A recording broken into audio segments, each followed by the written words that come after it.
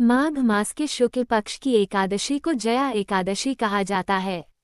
इस दिन भगवान विष्णु की पूजा करने से पापों का नाश होता है और मोक्ष की प्राप्ति होती है।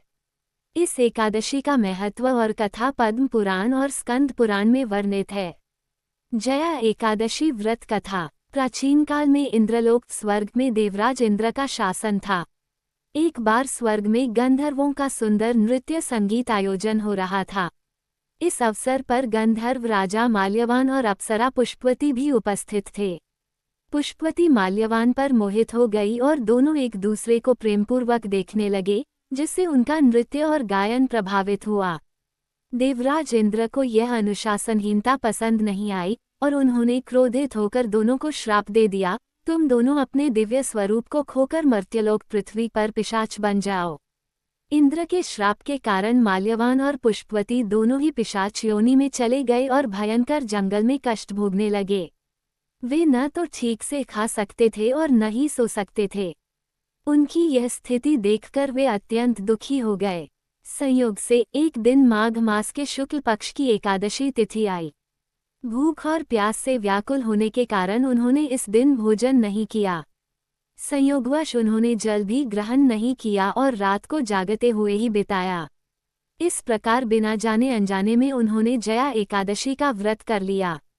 इस व्रत के प्रभाव से अगले दिन उनके पिशाच योनि के पाप नष्ट हो गए और वे पुनः अपने दिव्य स्वरूप में आ गए। स्वर्ग लौटने पर उन्होंने देवराज इंद्र को यह चमत्कारी घटना बताई। इंद्र भी इस एकादशी के प्रभाव से अत्यंत प्रसन्न हुए और उन्होंने इस व्रत को करने की प्रेरणा दी।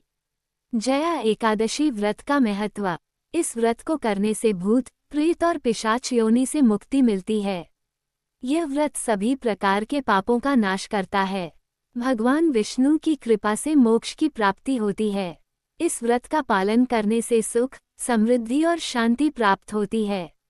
व्रत विधि। प्रातः स्नान करके भगवान विष्णु का ध्यान करें।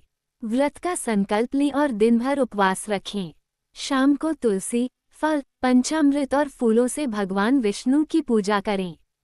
रात्रि जागरण करें और विष्णु सहस्त्रनाम या भगवान का भजन कीर्तन करें। द्वादशी के दिन ब्राह्मणों को भोजन कराकर व्रत का पारण करें। निष्कर्ष। जया एकादशी का व्रत करने से समस्त पाप नष्ट होते हैं और भगवान विष्णु की कृपा प्राप्त होती है।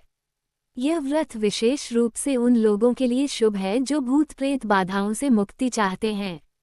ओम नमो भगवते वासुदेवाय मंत्र का जाप करने से व्रत का फल कई गुना बढ़ जाता है।